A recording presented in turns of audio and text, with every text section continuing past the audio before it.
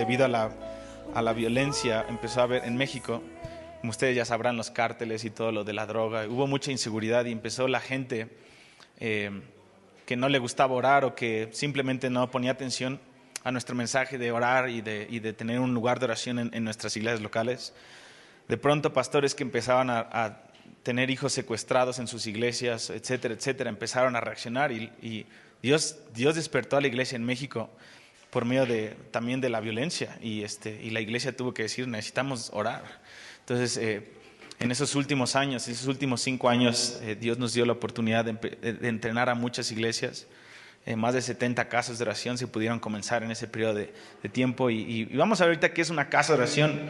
Empecé a viajar a muchos lugares y el último año de estar en México, por estar viajando mucho y estar ministrando, mi corazón se empezó a enfriar y Dios me movió, me quitó todo el ministerio y todo por ir en busca otra vez de conectarme otra vez con el Señor. Y hay veces que nuestras vidas están tan atareadas, ya sea en nuestro trabajo o en el ministerio con nuestra familia, que llegamos a un punto en donde tenemos que decidir, ¿queremos de Dios o queremos seguir teniendo el nombre de Dios, tener un nombre de estar vivos pero estar muertos? No sé, como Jesucristo le dijo a una de las iglesias en Apocalipsis, tú tienes nombre de estar viva pero estás muerta. Te aconsejo pues que compres oro, etcétera, etcétera. Pero, en fin, ese soy yo. Tengo un privilegio de estar aquí compartiendo con ustedes en la noche, que tiene que ver con el plan global que Dios está haciendo desde Génesis hasta Apocalipsis. Hacia dónde va la iglesia, hacia dónde va cada nación, hacia dónde va nuestro evangelismo. ¿Por qué evangelizamos? ¿Por qué vamos al trabajo? ¿Por qué tenemos hijos? ¿Por qué recibimos a Cristo? ¿Por qué predicamos en las calles? Todo tiene un fin. Y la Biblia lo llama el fin de la era. Y estamos acercándonos cada vez más a ese fin en donde literalmente el clímax de la maldad va a llegar a su máxima potencia. Y la Biblia dice que va a haber un tiempo de tribulación como nunca lo ha habido antes en toda la historia. Pero también vamos a ver una iglesia victoriosa que va a tener el Espíritu Santo dentro de ella en plenitud. Y también vamos a ver una iglesia que va a ser una. Dios va a contestar la oración de Jesucristo en Juan 17, donde Él dijo, Señor, hazlos uno, les he dado mi gloria que tú me diste para que ellos sean uno. Y Dios va a contestar esa oración de Jesucristo antes de su segunda venida. Y también Jesucristo va a venir y va a haber una gran controversia en las naciones. Va a haber falsos profetas, falsos maestros, falsos apóstoles, falsos cristos. Y a la misma vez Dios está preparando liderazgo en este tiempo que va a poder guiar a su iglesia a la plenitud de los gentiles, a la plenitud de la iglesia. Dice Efesios 4 que vamos de hecho a llegar al final de la era, a la estatura del varón perfecto. Va a ser una iglesia lista para recibir a Jesucristo. Pero va a ser un tiempo de tribulación, pero también va a ser un tiempo de gloria. Va a ser lo máximo de las tinieblas con lo máximo de la luz, pegándose en un encuentro de reino contra reino, de un Dios contra otro Dios, de una ciudad contra otra ciudad, de un pueblo contra otro pueblo. Y la iglesia vamos a estar ahí y Dios nos está preparando para ese tiempo, para poder resplandecer la luz de Jesucristo mientras el fin se acerca. Pero en medio de todo el plan de Dios, no nada más está nuestro corazón y ganar nuestro corazón, que es la prioridad de Dios a nivel personal, que Él quiere restaurar nuestro primer amor en toda la iglesia. Eso es lo que Él está haciendo a través de cualquier ministerio. Pero yo en la noche quiero hablarte del plan global de Dios centrado en la nación de Israel. ¿Cuál es el programa, por así decirlo? ¿Cuál es la agenda de Dios, el Espíritu Santo, de que quiere llevar a un cuerpo de gentiles a la iglesia para llevar a celos a Israel? Y vamos a hablar de qué tan cercano es Israel para el corazón de Dios. Cómo Dios va a restaurar esa nación. En medio de la peor tribulación, Dios va a restaurarlos. Y va a haber vida de entre los muertos. Y va a haber va a ser como la zarza ardiente que vio Moisés y fue transformado después de estar en un periodo de desierto. Cuando Israel sea salvo, va a ser como una zarza ardiente, pero a nivel global. Va a ser un pueblo que va a ver a Cristo, a quien traspasaron, y van a arrepentirse y va a haber una transformación a nivel global. Y toda la tierra será llena de la gloria de Dios cuando Jesucristo venga. Y eso es lo que vamos a hablar. Vamos a hablar de ese plan global de Dios. ¿Hacia dónde va Dios con todo esto? Pero parte de este plan global es primordial que entendamos el Evangelio. El Evangelio no empezó en el Nuevo Testamento. Jesucristo, de hecho, vino en Mateo. En el primer mensaje de Jesucristo, Él dijo, arrepiéntanse y crean el Evangelio. Y dices, oye, Jesús, ¿Que no el Evangelio es después de que tú te mueres y los apóstoles escriben los libros del Evangelio? No, el Evangelio es el Antiguo Testamento. El Nuevo Testamento fue el cumplimiento y la interpretación de lo que Dios anunció desde antes en los profetas. Y el Evangelio que hemos creído, Pablo lo llamaba mi Evangelio, es el que tiene poder de Dios para salvarnos, es el que tiene poder de Dios para destruir fortalezas. Ese Evangelio es nuestra herencia. Es el Evangelio, el mensaje de Jesucristo en los 66 libros de la Biblia. Es lo que realmente nos va a dar un ancla en medio de las tribulaciones a nivel personal, pero también a nivel global y a los últimos tiempos. Y este Evangelio va a ser predicado por todas partes, pero tenemos que entender que el Evangelio tiene un principio, tiene un desarrollo y tiene un fin. Y parte de lo que Dios ha estado haciendo en estos últimos años es un fenómeno que no ha pasado en ninguna otra generación, hermanos. Apenas tuvimos el día de ayer y el día de antier, gente como mi hermana de Argentina, de Colombia, de diferentes partes en Latinoamérica, que Dios ha despertado sin estar conectados con ningún movimiento de nadie.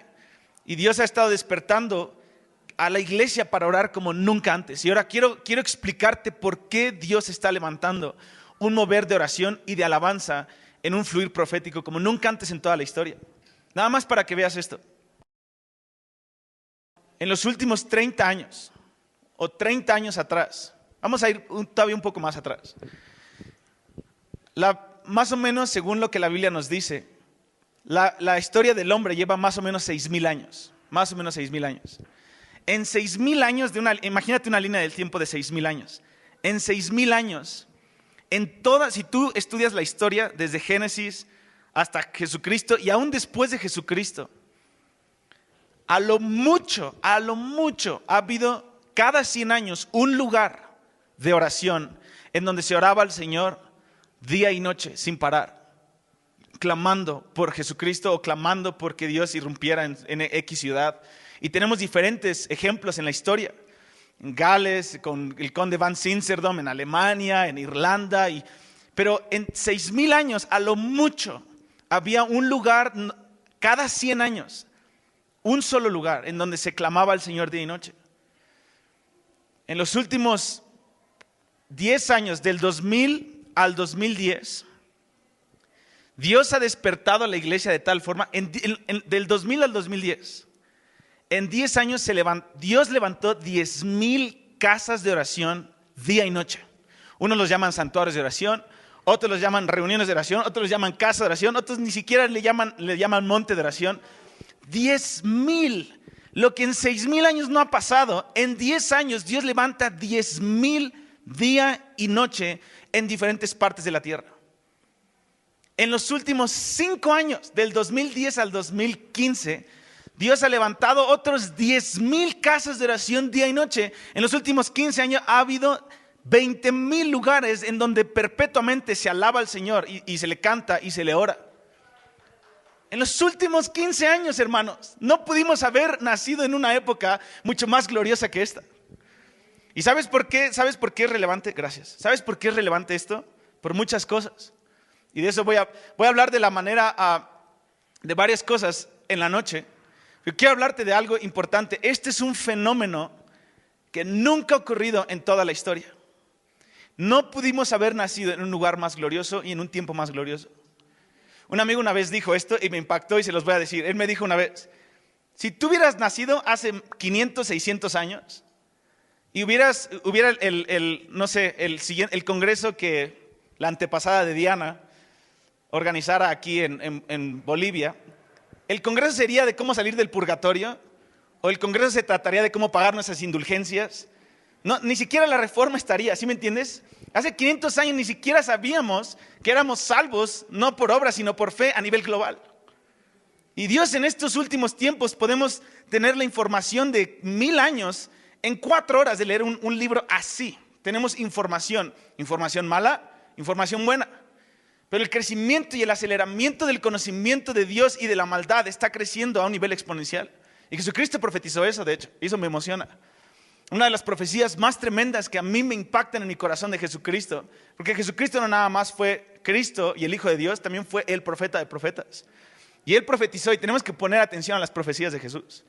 Y Él dijo esto, él puso una parábola en donde el padre había sembrado en la noche, había sembrado en un campo, después en la noche se va a dormir y en la noche llega el enemigo y sembró cizaña en medio del trigo.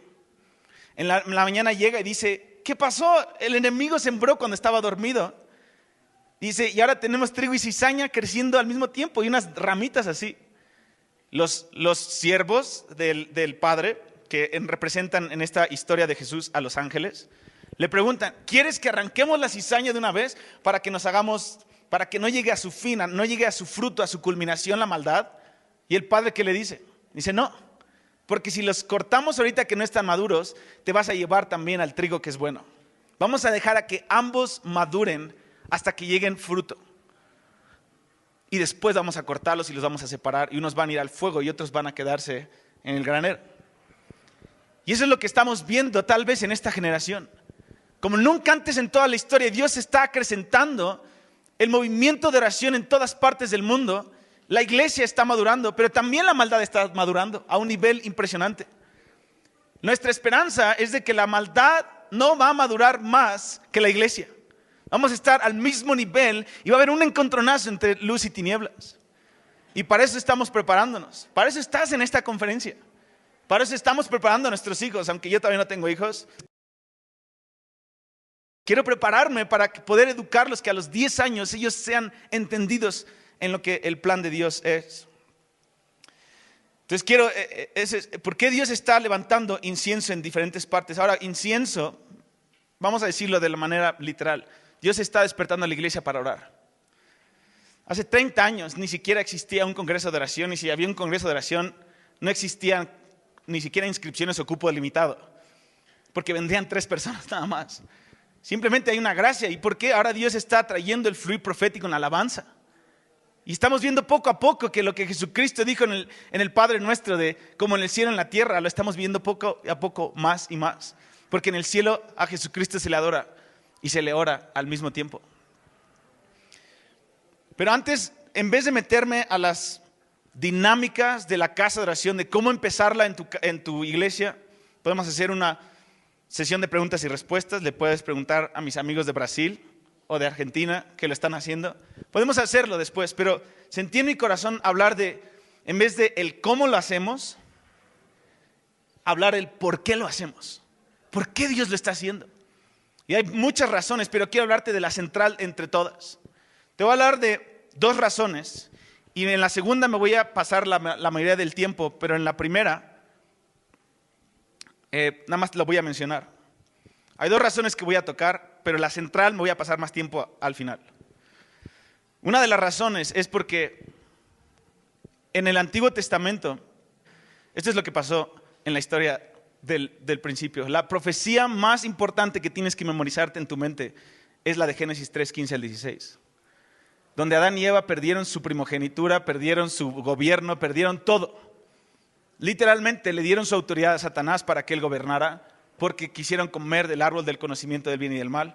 Automáticamente Satanás entró en la naturaleza del hombre y en la misericordia de Dios, Dios les dice, ahora van a tener que perecer porque tengo que matar esta carne que está contaminada y ahora tienen que morir para que haya esperanza, pero tengo que desarrollar mi plan ahora para redimir lo que ustedes perdieron en el jardín del Edén y lo que ustedes perdieron en su comunión conmigo y lo que ustedes perdieron en su cuerpo al poder comunicarse cara a cara conmigo.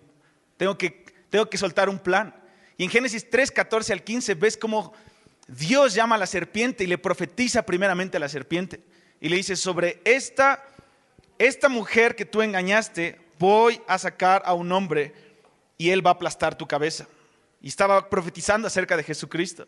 Y a través de toda la historia vemos cómo todo el tiempo Satanás está buscando destruir esa simiente, ese hijo varón que iban a ser. Ese misterio de quién es este hombre que va a aplastar mi cabeza. Yo no quiero que aplaste mi cabeza. Yo soy el rey del mundo. ¿Sabías que Satanás ahorita reina el mundo? La Biblia nos dice en 1 de Juan que todo el mundo está bajo el poder del maligno. Efesios 6, 10 al 13 nos dice que nuestra lucha es contra potestades en los lugares celestiales, en las regiones celestes, contra gobernadores. La lucha de Daniel fue contra gobernadores en el ayuno y oración. Nuestra lucha en este momento es contra nuestra carne, pero también contra Satanás, que está gobernando sobre Bolivia, que gobierna todo eso de la Pachamama, y no sé cómo se llama, ¿es la Pachamama? No creas que es nada más el hombre solo, hay potestades que se alimentan de esas cosas. Hay principados y potestades que todavía gobiernan, pero Jesucristo va a derribarlos a todos al final. Pero Dios está preparando algo, y tú puedes ver desde Génesis hasta Malaquías, hasta el libro de Apocalipsis, cómo Dios prepara un reino de reyes y sacerdotes. Y Dios está preparando un movimiento de oración que literalmente va a desmantelar a Satanás de los lugares celestiales. En Apocalipsis 12, le digo, nada más es una pizcadita, pero vamos a ir al tema principal. Pero esta es una de las razones por qué Dios está levantando oración día y noche.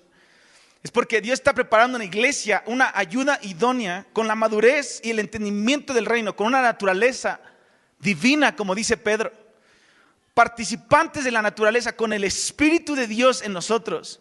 Y empezando a clamar para desmantelar a los potestades en los lugares celestes.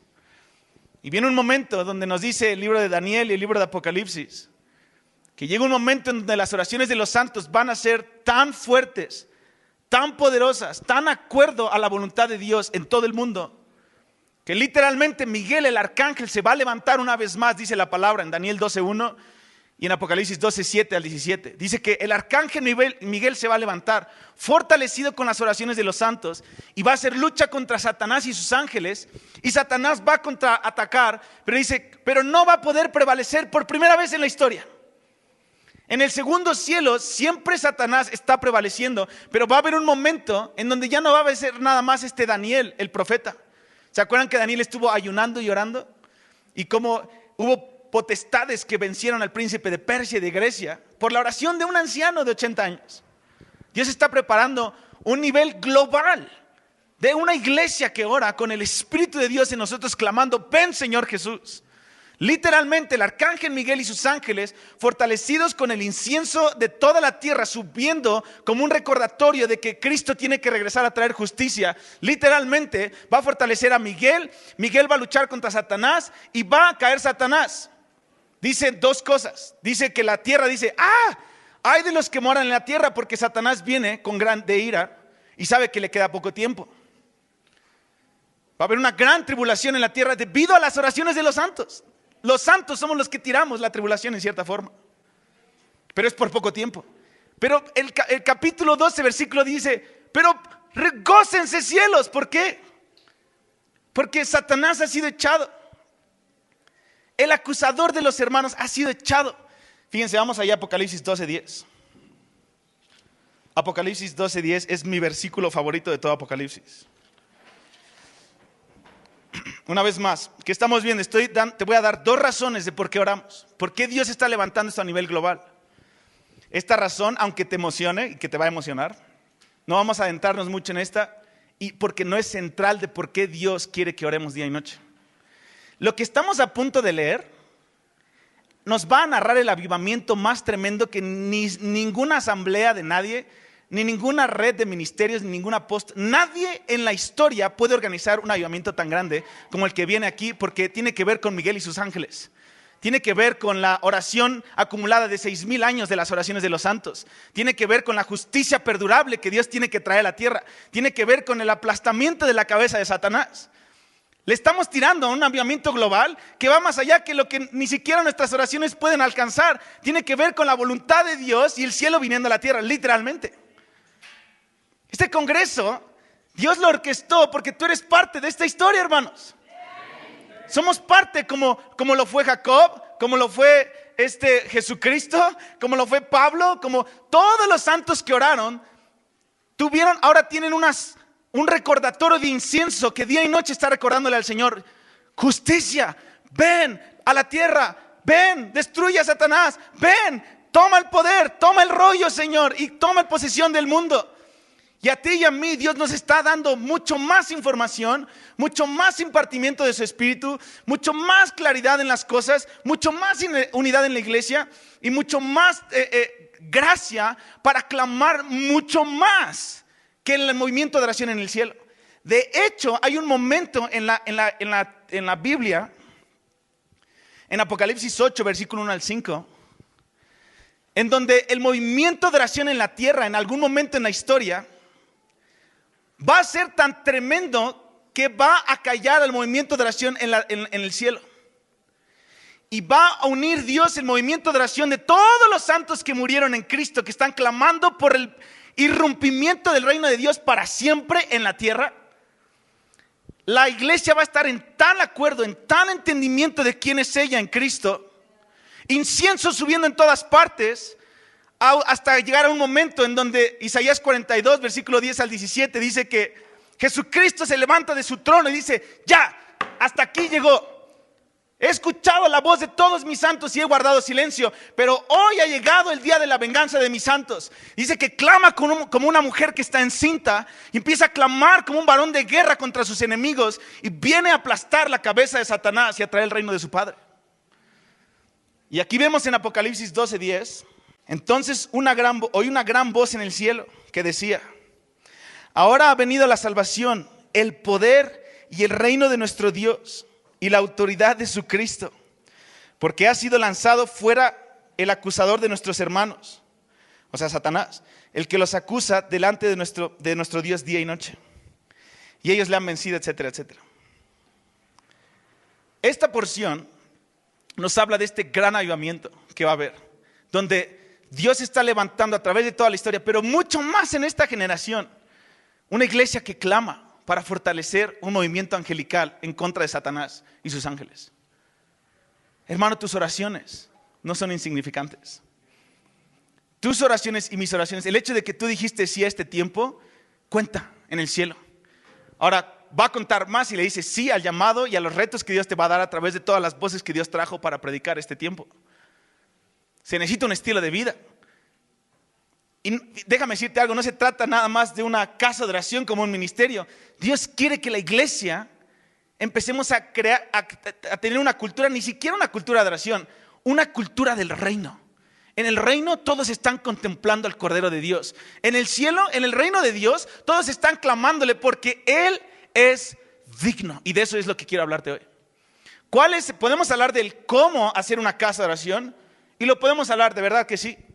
Y puedes preguntarle a diferentes personas y podemos pasar días, meses. Y de hecho después yo te voy a hacer unas preguntas porque yo todavía no sé cómo hacerlo también. Cómo empezar una cultura de oración. Y siempre Dios usa diferentes estrategias dependiendo de la ciudad. Pero el por qué Dios lo está haciendo es lo que conecta tu alma para no renunciar cuando las cosas se ponen difíciles. El por qué, porque tiene que venir un espíritu de revelación que te conecte con la historia de Abraham, José, Isaac, de todos los santos desde Génesis 4 que empezaron a clamar al nombre de Dios, clamando por esa simiente, por ese hijo varón que vendría a aplastar a Satanás que les robó el jardín del Edén. Dice en Génesis 4 versículo 26, es la primera casa de oración donde los hijos de Dios empezaron a clamar, los hijos de los hombres: Señor, tráenos esa semilla, tráenos ese Salvador que va a redimirnos para el Señor una vez más como sacerdotes. Tú y yo somos la continuación de eso.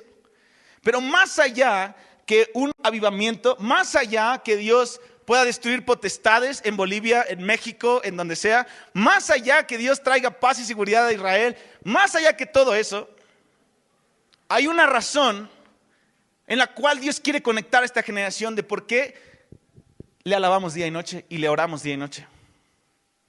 Si nuestro movimiento de oración y nuestra motivación para orar es echar fuera demonios, lo cual es parte de lo que hacemos. Si nuestra motivación para orar y levantar un lugar de oración en nuestra iglesia local o juntarnos con amigos para orar es solamente para que Dios transforme nuestra iglesia, es muy bueno también. Pero cuando Jesucristo venga y tu única cultura de oración es eso, y ya no haya demonios, ya no haya divisiones en la iglesia, ya no haya nada, entonces va a decir: pues ya para qué oro. Pero ¿qué crees? Este estilo de vida va hacia la eternidad contigo, porque está arraigado en más que los frutos de la oración, está arraigado en el por qué lo oramos y por qué adoramos a Dios. Y la respuesta es porque Jesucristo es digno, porque Cristo es bello, porque Él es el más hermoso de los hijos de los hombres, porque la gracia se derramó sobre sus labios, porque hay un hombre que es justo y que hay un hombre que fue tentado en todo y nunca pecó. Hay un hombre que nos ama. Hay un hombre que cuando ves su rostro puedes entender los misterios de Dios por siempre. Es en la faz de Jesucristo en donde Dios quiso revelarnos la gloria de este evangelio. Y ese hombre es digno, por lo tanto oramos. Haya o no haya transformación, haya o no haya respuestas de nuestras oraciones, aún así Jesucristo es digno. Y eso es lo que quiero darte, el lenguaje bíblico, para que podamos empezar a entrar, en vez del cómo y qué hacemos, el por qué lo hacemos y a quién lo hacemos. Esa es yo podría decir, esta es la manera más práctica, pero también más profunda, en mi opinión, de empezar una casa de oración. No es lo que te voy a compartir, sino enfocarnos en la persona de Jesucristo, a eso me refiero. Si te enfocas en la persona de Jesucristo, no importa que no sepas cómo orar, no importa que no sepas, que nadie te haga caso en tu iglesia, no importa que tengas mucho, ¿sí me entiendes? Cuando está enfocado en un hombre, todo funciona porque ese hombre es vivo y ese hombre te responde y ese hombre está ahí contigo. Entonces, ¿estamos en la misma página? ¿Bien? Ok. Razones por qué Dios está levantando oración día y noche. Y una de ellas las voy a hablar en la noche acerca de la restauración de Israel y de su plan central en el evangelio que tiene que ser predicado y cómo Dios está y va a descentralizar en los últimos tiempos a nuestras naciones y ciudades de nosotros mismos. Porque se trata no de Bolivia, ni de México, ni de Venezuela, se trata de Israel. Y obviamente Dios quiere usar las ciudades que respondan a su plan para volver a esa ciudad, para que esos judíos, ese pueblo se vuelva a Jesucristo, porque Jesucristo no regresa por segunda vez hasta que ellos le digan bendito el que viene en el nombre del Señor. ¿Sí has visto esa cláusula que Jesucristo puso en su palabra? No me verás más, Jerusalén, hasta que digas bendito el que viene en el nombre del Señor. Entonces, si nuestro cristianismo es acerca de nosotros todo el tiempo, es como una rueda de hámster que nunca vamos a ver el fin. Vamos a seguir corriendo y corriendo y programas y vamos a cansarnos y vamos a inventar cosas. Pero cuando sabemos que el fin de todos estos ministerios es, número uno, para ganar el corazón con Dios y número dos, para ir en busca de una ciudad que Satanás quiere destruir porque queremos que Cristo venga, entonces nos descentralizamos de nosotros mismos y empezamos a ser siervos en intercesión hacia la nación de Israel. Ese es el plan que Dios tiene para las naciones. Pero eso será en el segundo capítulo en la noche. Entonces vamos a abrir nuestras Biblias. Isaías 48, del 9 al 11. Entonces estamos de acuerdo que lo que Dios está haciendo, este movimiento mundial de oración, del cual tú eres parte y estás siendo invitado o ya eres parte y te estás viniendo a fortalecer en esta conferencia, es un fenómeno. Es sobrenatural, hermanos. Y les contaba, siempre me encanta contar este testimonio porque me animó mucho. En X ciudad una vez estuve en una como mini conferencia con la familia de la iglesia perseguida en China. Y obviamente estas personas un pastor era pastor como de 5 millones de personas, otro pastor era unas iglesias enormes, pero súper sencillas las personas de allá. Estos le llaman la familia china, lo que sea. Pero bueno, hace unos años pasó esto. Entonces me enseñaron un video de cómo ellos estaban diciendo, nosotros no le tenemos miedo a la muerte, porque todo el tiempo estamos a filo de espada, a punto de morir, siempre en China. Dice, y de hecho cuando venimos aquí al occidente, estamos como en shock de por qué están tan preocupados con las noticias de la caída de la bolsa, cuando no es nada a comparación de que nos van a matar todo el tiempo en China. Y dice, entonces nosotros no tenemos, dice, ¿cómo dijo? Nosotros no estamos preocupados con el crecimiento de nuestra iglesia. Y yo estaba pensando, tienen 5 millones de personas esta persona y no le importa el crecimiento de su iglesia. Dice, sí, dice, no nos importa el crecimiento, estamos preocupados nada más por la salvación de Jerusalén, porque queremos que Cristo venga. Yo cuando dije eso dije, wow, dice, estamos juntando 100 millones de evangelistas, 100 millones de misioneros para dar nuestra vida por Jerusalén. Y nos pone un video en donde están estos musulmanes en una revuelta, puros musulmanes, en X país.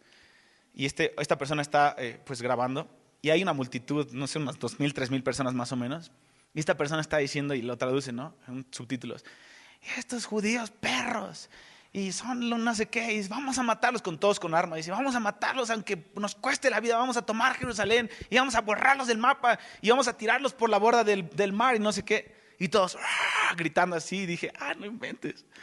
Qué terrible que también Satanás está levantando un ejército para destruir Israel todo el tiempo, porque Satanás sabe que si Él destruye todos los judíos, Jesús no puede venir. Y de eso vamos a hablar en la noche. ¿Por qué crees que todas las naciones siempre odian a los judíos? No es por su nariz, ni es porque tienen mucho dinero. Créeme que la gente odia a las... De hecho, no se puede explicar el antisemitismo más que solamente con algo que Satanás está orquestando en las naciones en todas las generaciones de la historia. Entonces veo este video y digo, wow, qué terrible. Y luego me dice, pero mira lo que está pasando en nuestras iglesias. Y pasan un terreno enorme, pero en China. Pero, hermanos, eran no sé cuántas miles de personas, eran 10 veces más que el otro video. Puros cristianos. Y estaba un chino gritando, vamos a ir por Jerusalén y vamos a morir por ellos para que Cristo sea exaltado, aunque nos cueste la vida, vamos por Jerusalén. Y todos, puros cristianos. Y yo cuando vi ese video dije, oh Dios, tú estás levantando un ejército de mártires porque quieren ir por la paz de Jerusalén, porque quieren que tú regreses, porque creen las promesas del evangelio. Entonces lo que estamos viviendo, hermanos, en este momento en la historia es una locura, a nivel de la historia. Yo creo, si Martín Lutero estuviera viendo lo que está pasando en la iglesia, y siempre nos enfocamos en lo malo, ¿verdad? Que no hay unidad en la iglesia. Sí, no hay, pero hay más que antes. No, pues es que estamos bien mal. Sí, pero eso dice la Biblia, pero también enfoquémonos en lo que Dios está haciendo en las naciones. Es impresionante una vez más, el hecho de que tú y yo queramos orar más y estemos yendo a una conferencia de otras ciudades para que nos digan cómo orar mejor. Eso dice algo de Dios, no, ni siquiera dice algo de ti y de mí. Eso dice algo de Dios, de su urgencia que tiene en su corazón. Entonces, ya estando en esa misma página, ¿por qué oramos? ¿Qué es lo que va a sostener tu vida de oración más que cualquier otra cosa?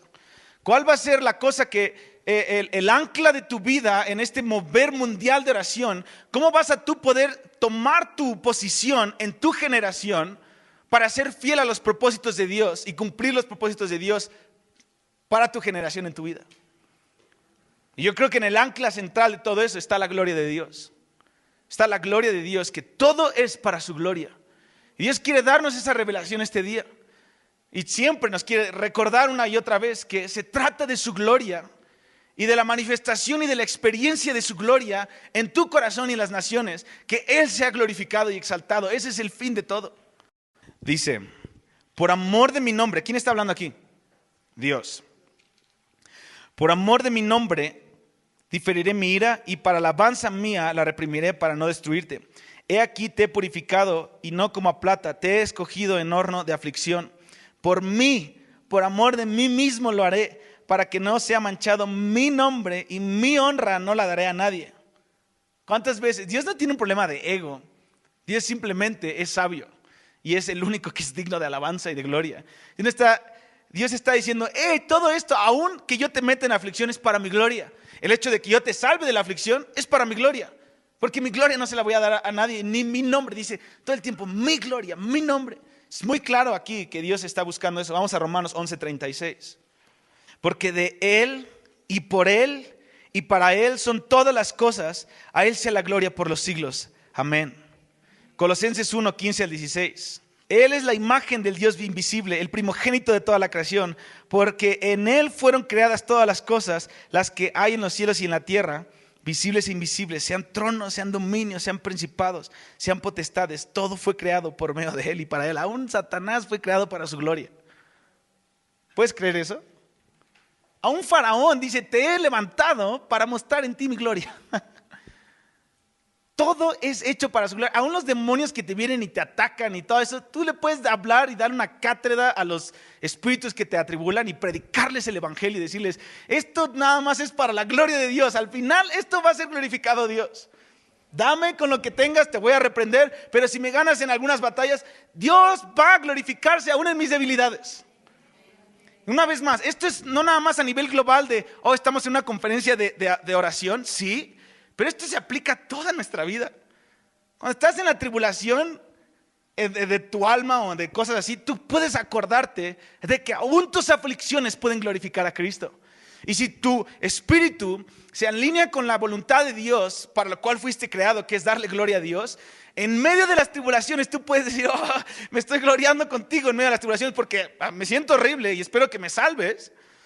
Pero Dios, yo sé que Satanás no me puede robar mi gloria, de que aún en esta tribulación recibe gloria, Señor, en esto. Te voy a glorificar. Alma mía, bendice al Señor, porque aún he de alabarle, decía el salmista.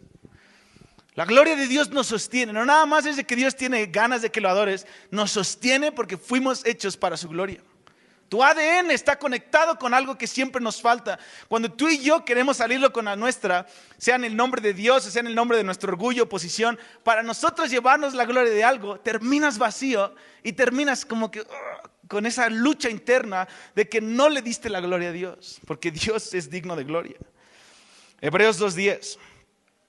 Porque convenía aquel por cuya causa son todas las cosas, y porque en todas las cosas subsisten, que habiendo de llevar a muchos hijos a la gloria, perfeccionase por aflicciones al autor de la salvación de ellos. Juan 17:24. Este versículo de Juan está impresionante. Juan 17:24 dice esto: Padre, aquellos que me has dado, quiero que donde yo estoy también ellos estén conmigo, para que vean mi gloria que me has dado, porque me has amado desde antes de la fundación del mundo, etcétera, etcétera. Está Colosenses 1:17-18, etcétera. Entonces, por lo tanto, podemos ver que el diseño que Dios puso en Adán y en todos nosotros es para darle gloria a Dios. Y tenemos que empezar con eso, o tenemos que recordar eso. Existimos, en pocas palabras, para darle gloria a Dios.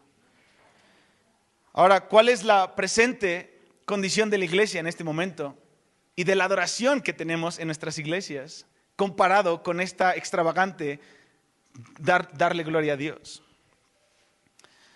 Tenemos esta frase de todo se trata de ti, ¿no? Se trata de ti.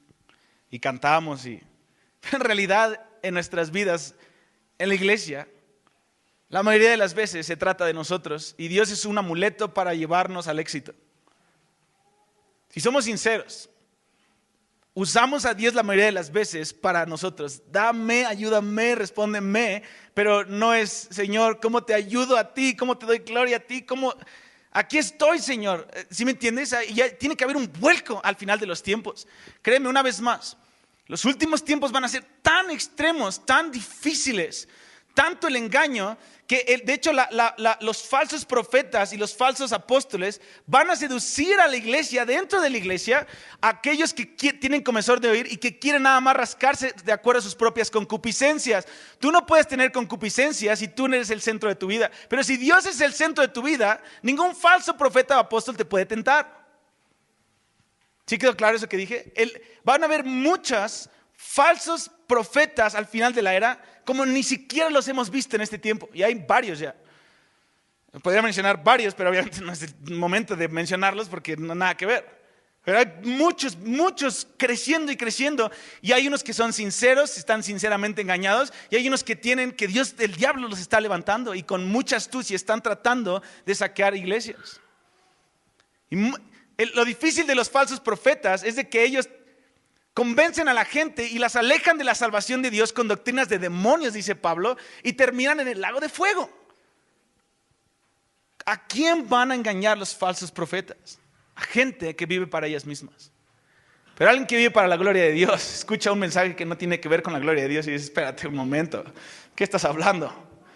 Nada que ver, esto es crucial, hermanos. Y el movimiento de oración nos ayuda, es como el invernadero que Dios está metiendo a la iglesia para poder conectarnos con la gloria de Dios y darle la gloria a Dios.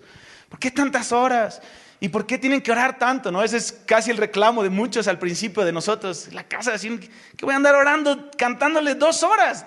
¿Que no orábamos 5 minutos y evangelizábamos 2 horas?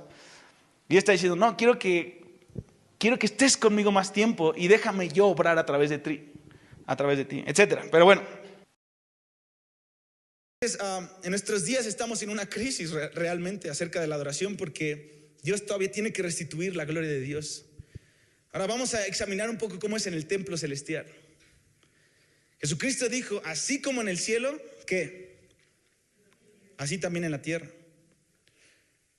Podemos ver que en el cielo Jesucristo es glorificado sin ninguna respuesta necesaria. Y esto es algo que a mí me impresiona, que Jesucristo es adorado en el cielo. Todos en el cielo, cuando llegan, no sé, los ángeles y están todos los santos, según lo que vemos en la palabra, están embobados, anonadados, fascinados con la belleza y el rostro de un hombre. Todo el tiempo. Los seres vivientes están clamándole a Él y están adorándole. Y es chistoso que no están tratando de pagar el precio para cambiar la atmósfera espiritual en el cielo, ¿estamos de acuerdo? Los ángeles no están clamando día y noche porque Dios trae avivamiento al cielo. Es como que, hello, ¿cómo que avivamiento al cielo? Pues ya estás en la plenitud. Y aún así le están adorando y pidiéndole cosas. Los seres vivientes, nunca Dios les ha sanado un cáncer ni les ha sanado una hernia, y aún así le adoran. Entonces la motivación, tenemos que aprender del cielo para poder traer el propósito de Dios, que es traer el modelo del cielo a la tierra.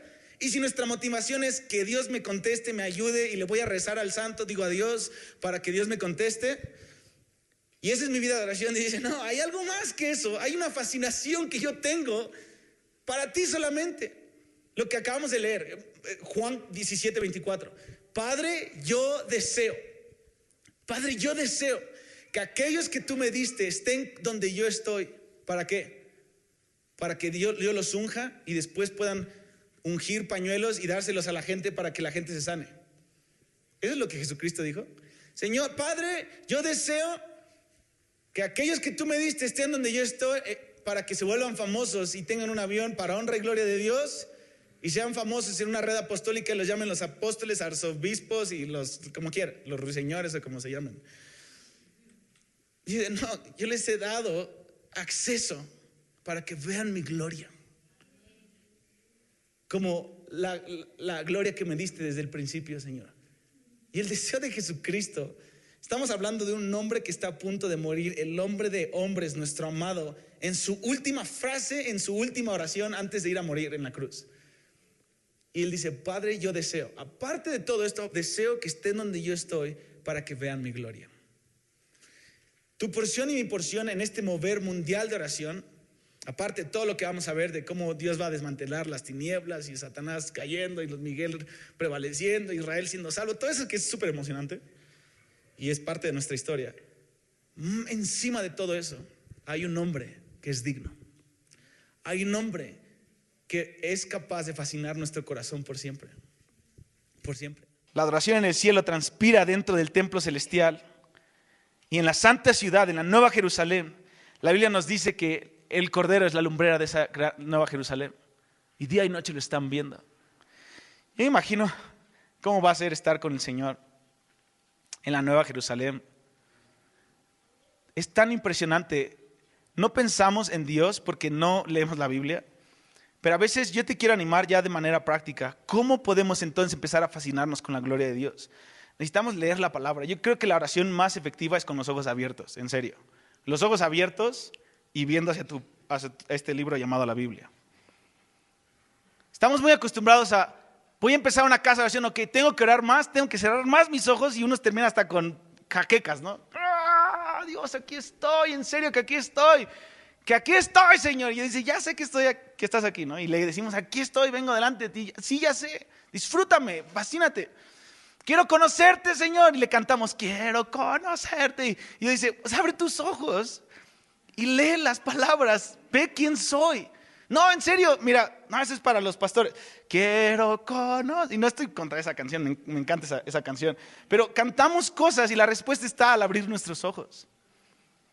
Y yo creo que el movimiento mundial de oración es un movimiento mundial de oración con mucho tiempo de ojos abiertos y poco tiempo de ojos cerrados. Pero cuando los cerremos, hermanos, la información y el espíritu de revelación en nuestro espíritu. Imagínate meditar en la palabra de Dios con versículos que el Espíritu te está soplando y que Dios te dice, este es mi hijo amado, mira, ve mi gloria. Ah, qué increíble, mi hijo es humilde, mi hijo es manso, mi hijo aborrece la maldad, mi hijo es... Y el Espíritu Santo empieza a soplarte esas frases y ahora sí dices, voy a cerrar mis ojos. Y empiezas tu imaginación santa, santificada por los versículos bíblicos. Y en vez de estar tratando de orar 3 horas cantándole a Dios, convenciendo de algo de que no lo tienes que convencer, empiezas a decirle, oh Dios, eres hermoso y esto está increíble. Y tal vez muchos digan, oye, tenemos que orar todavía por todas las peticiones que hay en la iglesia. Y dices, sí, espérate, pero mi Dios viene. Mi Dios viene, el espíritu y la novia dicen ven, y empieza este enamoramiento que es clave en cualquier casa de oración. El movimiento mundial de oración es un movimiento impulsado por el primer mandamiento ferviente en nuestro corazón, hermanos.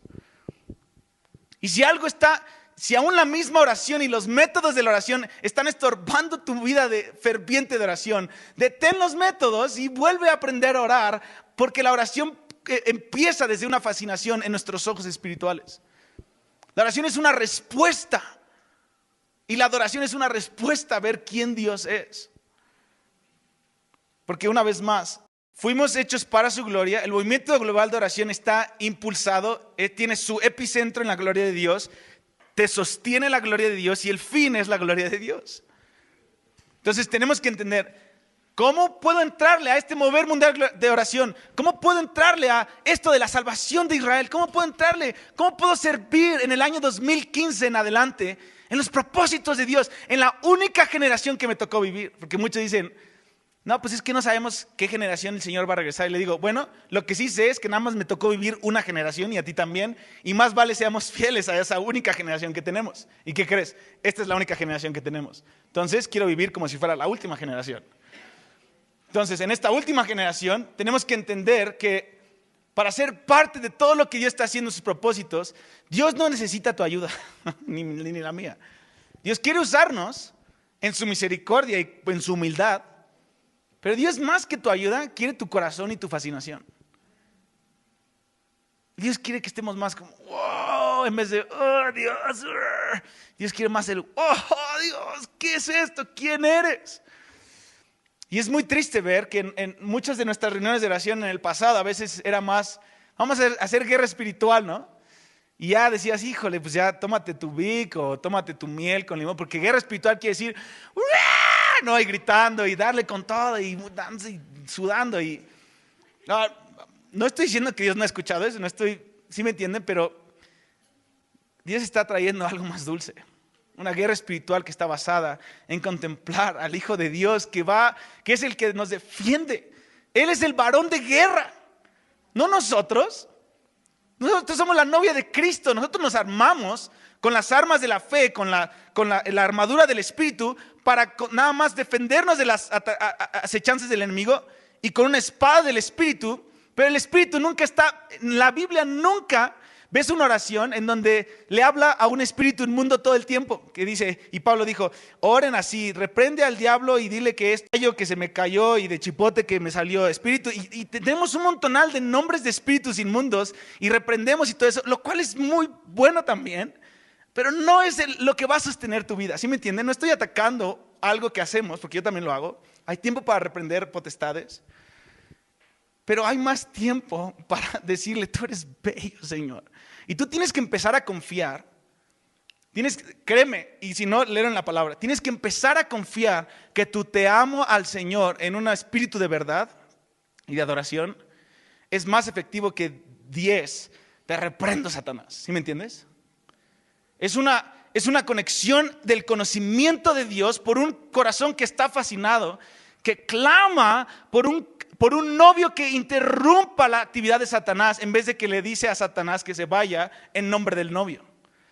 Dios no quiere una novia que dice, a ver, y se agarra el vestido, a ver, ¿qué ahora tú y yo, no? Dios quiere una novia que dice, uy, esposo, tengo miedo de esto, te soy sincero aquí. Uy, hueles bien rico. ¿Qué me querías decir, esposa? Y el enemigo está ahí esperando. Ahorita hablamos del enemigo. Wow, eres hermoso. ¿Qué es esto? Espíritu Santo, en vez de reprender a este que ahorita no me importa, este ya hasta se me olvidó. Espíritu Santo, dime más de este hombre que está aquí conmigo. Es lo que pasó con Esther.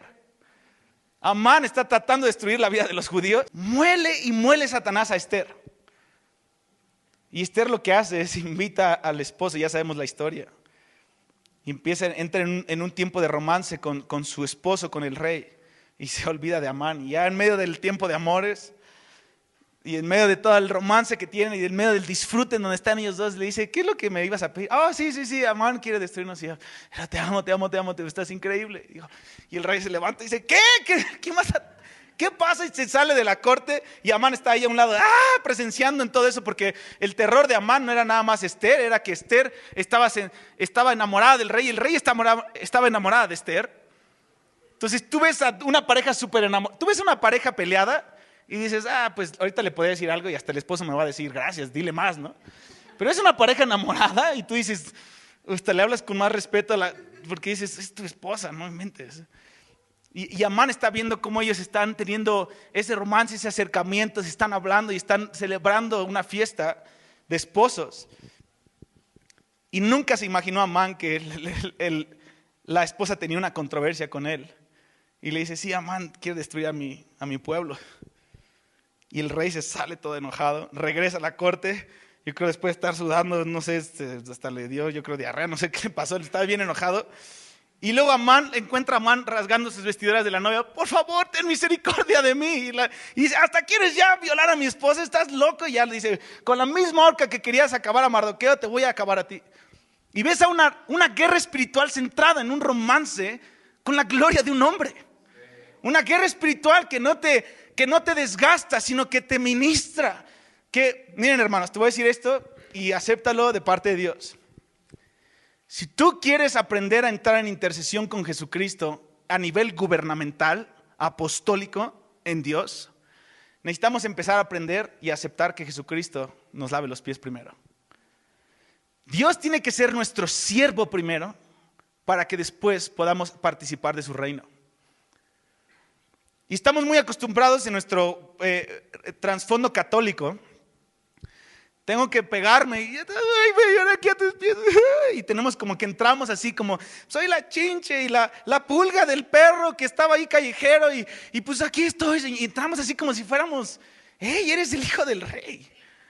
Entramos, pero es nuestro bagaje que tenemos que quitarnos católico, que es los flagelarnos y darnos, y traigo mi sacrificio aquí. Y dice, no, hay un sacrificio nada más y es Cristo.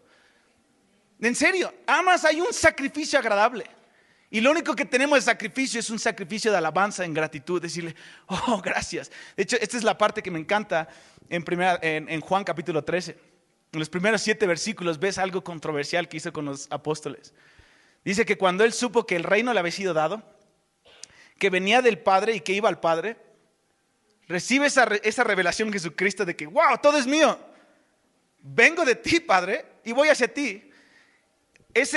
Fíjate, un versículo antes de eso, Jesucristo ve a Satanás entrar en Judas, en uno de sus mejores amigos, y sabe que entró en Judas, y sabe que lo va a traicionar, y dice, y en ese momento recibe también al mismo tiempo la revelación de que va hacia el Padre, de que el Padre le está respaldando y que todo es de Él. Que todos los reinos, todo demonio, aún Satanás, todo le pertenece a Él. Recibe esa revelación una vez más y dice, wow, todo es mío. Al mismo tiempo que su amigo lo va a traicionar. ¿Y qué hace con esa paradoja entre Satanás entró en mi mejor amigo y me va a traicionar? Todo es mío. ¿Qué hace? ¿Cuál es la respuesta de ese hombre?